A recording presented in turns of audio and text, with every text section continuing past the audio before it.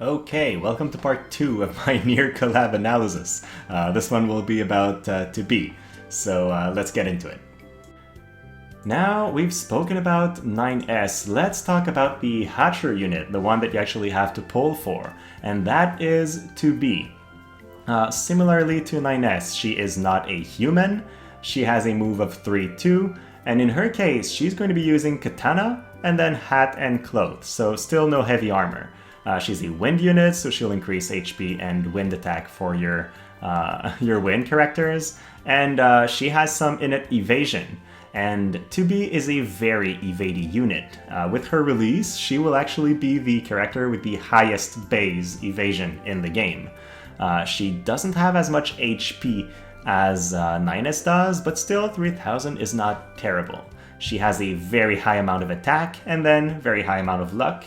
She has a bit of defense, and her kit is also built to be a very powerful attacker that can use several types of damage and have a very high survivability against enemies with low accuracy and against physical enemies in general.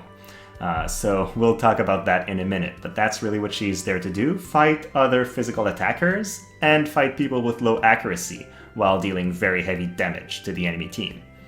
Her TMR I find interesting, but not necessarily game-breaking. It's an accessory, so everybody can use it, gives some spirit, which is cool, and then some evade, which is cool, and then it increases acquired AP by a lot for 3 turns, and also agility for 3 turns. But the reason why I'm not that thrilled is increasing acquired AP in the turn where you buff is cool, but then in the following turns, you're probably going to be in front of the enemy, attacking him and using your AP, and not generating some by using basic attacks or other TP skills. So in a map where you're very far from the enemy team, it might be worth it because you'll have time to use several TP skills and then generate a lot of AP, but in smaller maps, really, this effect will not bring you much benefits.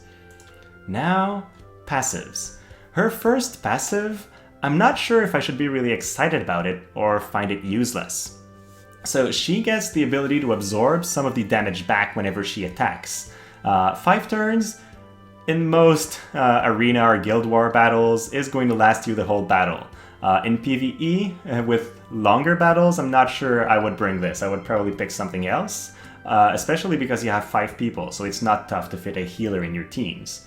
But I think this passive in Arena or Guild Wars, if you're going to be using a team that doesn't have a healer, will be very important because you will maintain a high amount of HP through the fight, healing yourself back whenever you deal damage.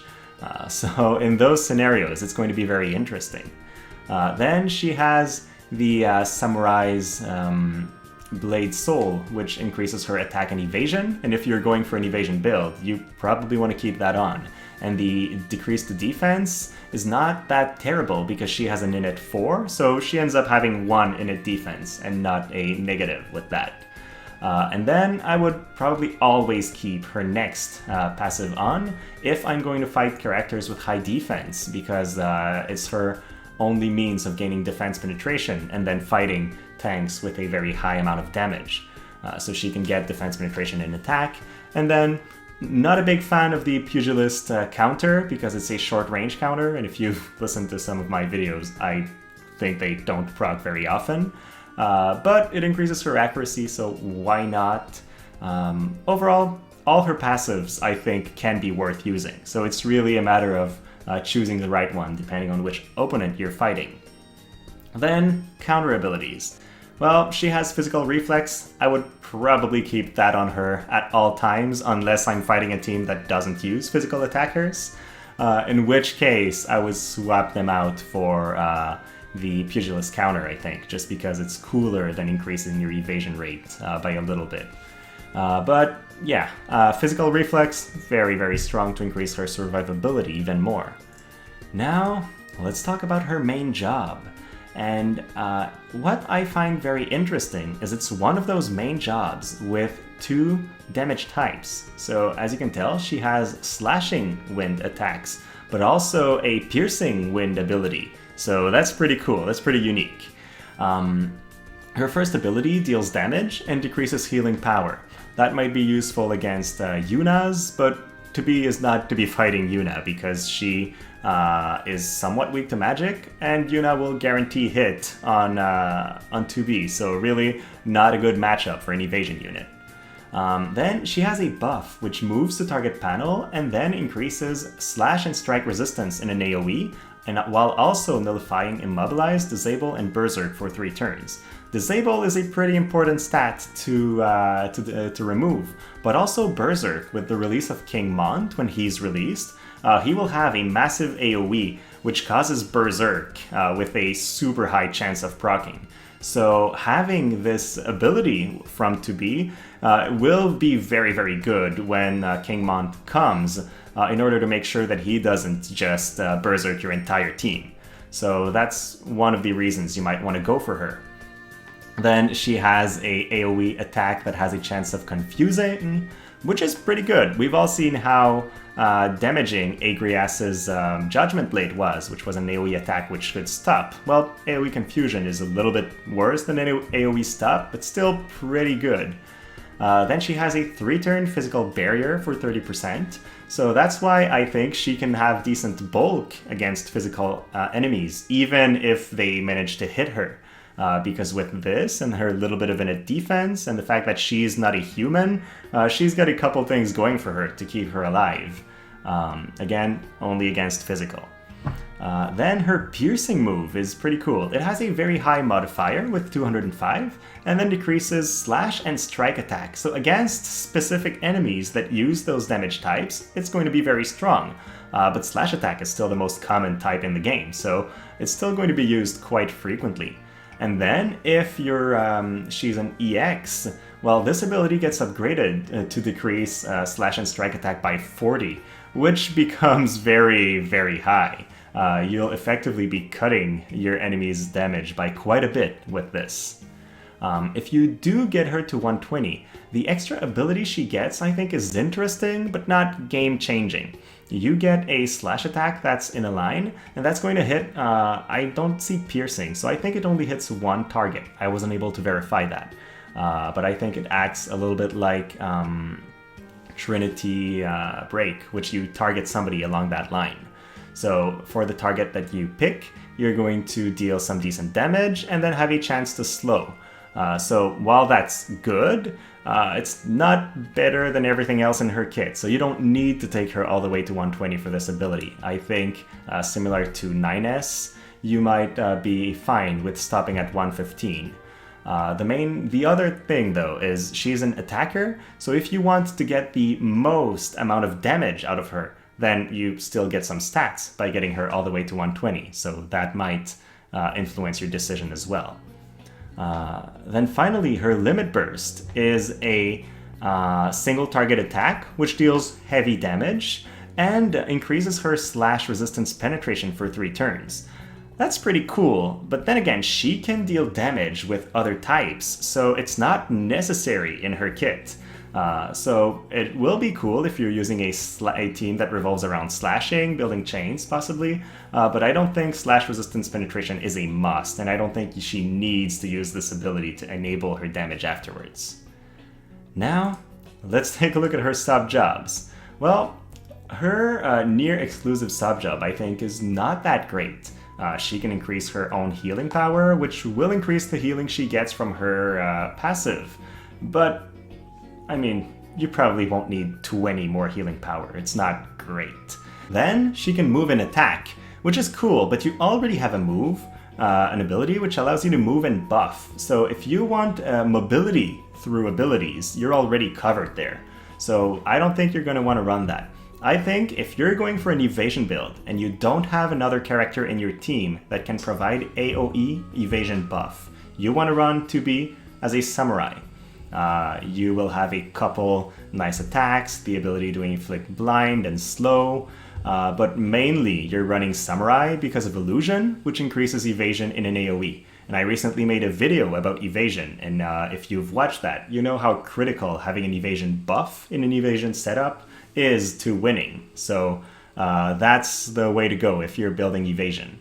But otherwise, I would probably run Pugilist for, honestly, fun. it's a class that doesn't see that much play. But also because it provides her with a third damage type, so she'll come into battle with the ability to do Wind Slash, Wind Pierce, and Wind Strike attacks, which is really cool. We don't really have characters that have that many damage types right now. So that allows her to take advantage of whatever her enemy's weaknesses are. It also allows her to increase her defense and bulk against physical attacks again. So I think that's a pretty cool sub job, really depending on whether you need illusion or not in your team. So we've taken a look at her. Now what's my verdict? Well, she's a character with high evasion and decent bulk against physical attacks. She's also not a human, so she's hard to take out by a lot of enemies. Then her attack is very versatile because she has many different types of damage, she has many moves that have a chance of inflicting status effects, and she can also pierce defense and pierce slash resistance, so she won't struggle with dealing damage. What she doesn't have though is guaranteed hit abilities and the ability to break barriers, so in that sense she's less of a versatile attacker than Oron would be, for example. And then she has some decent team buffs and debuffs, which means that she's not wasting time if she's away from the enemy team. She can still provide some value. The reasons you might not want to go for her, though, are timing, first of all. Again, we just had Final Fantasy X. I won't re-say everything I said for 9S, but right now, people generally don't have a lot of resources left. Then evasion is currently not in a good state in the game.